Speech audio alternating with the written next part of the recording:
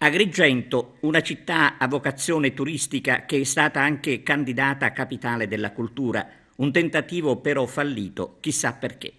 Non crediamo che sia stato il degrado dei quartieri a cancellare l'aspirazione, ma una città che alle porte dell'estate non riesce ad eliminare i rischi per la salute, lasciando strade e marciapiedi sepolti dalle erbacce, non è sicuramente una città che merita.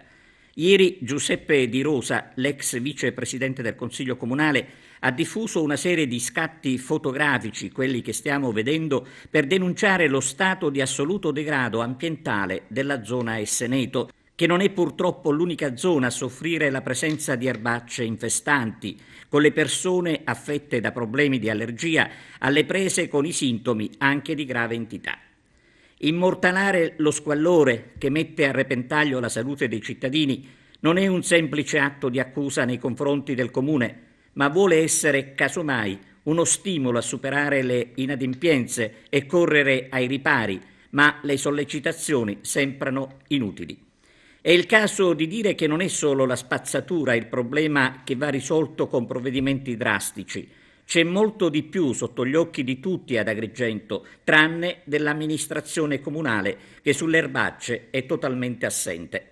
Sono decine, infatti, le telefonate alla nostra redazione di gente che segnala erbacce alte e presenza di insetti. Le lamentele arrivano da tutte le zone, da sud a nord, a dimostrazione che non c'è un angolo di Agrigento che sotto questo aspetto si salvi.